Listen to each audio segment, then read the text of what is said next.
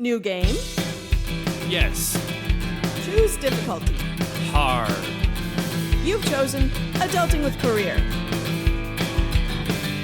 Hi, I'm Jen with the Faithful Sidekicks. Today I'm here to talk to you about a series of games called Unlock or Unlock Adventures. And there's different sets of 3 of these. I guess in Europe they keep releasing them as 3-packs, and in the US they keep releasing them solo.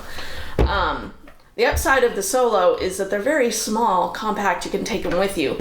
I like to think of these games as an escape room in a box. There's another series of games that also does that. The upside I have found for this particular series is that it's replayable. So once you've played the game, you can pass it on to some friends who haven't, and they can try it out, and you can keep handing this game around. And if you ever go so long that you've forgotten how to solve it, you can play it again. But each game, this is the sample that comes with it, so you can try out, this is how this thing works. I'm showing that so I don't actually spoil anything in the actual, the Night of the Bogeyman one that I've got right here. But you will first, everything is done in cards. Sometimes there's a little extra pieces, like maybe a map that you can fold out or something. But you will get a card that has some basic instruction for you setting up the scenario. And then when the timer's, you can start your timer. The sample is for 10 minutes. The main games are always an hour long. You hit start and you flip over the card, and it'll show a layout of a room or a piece of land with numbers and circles. Those numbers and circles are the cards that come with the scenario. With a full scenario, it's a lot more cards than this. But you look at those and then you find them in your deck. So here's number 11, I need number 42, number 35, number 69, and number 21. And you would flip all of these up to try and figure out what all is in this case, in the room with you. In this particular sample, you're trying to just escape the room that you've been locked into. And there are different things. Some of them have numbers and puzzle pieces on them. A blue and a red will combine together. And then when you do that, you will add those numbers together, and that'll give you the number of a different card to flip up.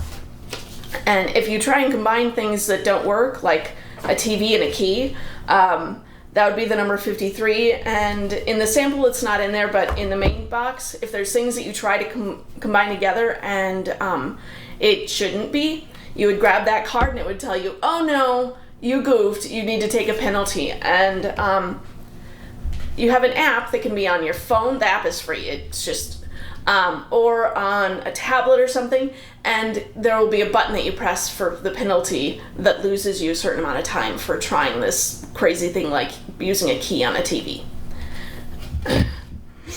However, you might try and use a key on a locked cabinet. That seems like a good idea. So that's 35 plus 11, that's 46. So look, here's 46. Now we have an open cabinet. And it'll have the numbers of these 2 items crossed out in small print on the top, 11 and 35. You're done with them. Don't have to worry about them anymore. But now you need to look at this open cabinet and see if there's anything on there that can help you out.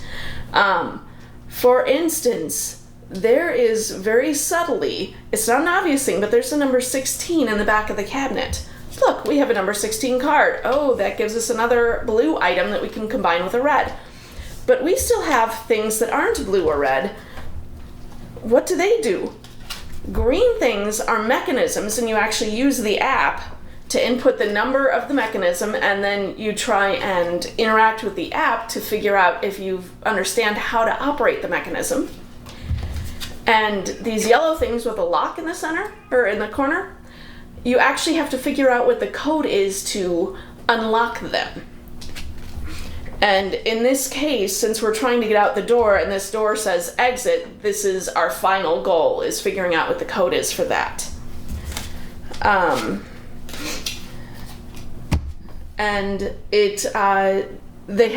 the games themselves come in different difficulty levels, 1 lock to 3 locks. This particular one is a 1 lock, so this is the exotic adventure, The Night of the Bogeyman, is probably a good one to try first.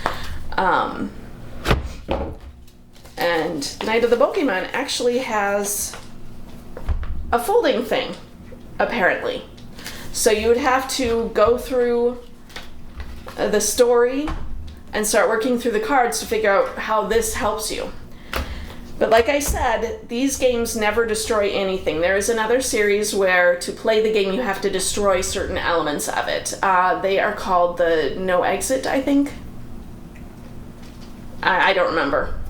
I haven't keyed in them because for me, playing a game means you don't destroy any of the elements. I just, like the Pandemic Season 1, Legacy Season 1, we never ripped up the cards. We just couldn't do it. So that's another reason I like these unlocks. They're nice, light, you can take them with you places. Once you've solved it, you can hand it on to someone else. And it's an escape room in a box, which means you don't have to go anywhere, you don't have to put on a mask, just you and the people you're bubbling with can play it together, which I highly recommend. It's a lot of fun, it gets you thinking, it gets you puzzling, I recommend it. I played an adult today, achievement unlocked. I ate my greens today, achievement unlocked. A totally parked parallel, achievement unlocked. I consoled a friend not feeling well, achievement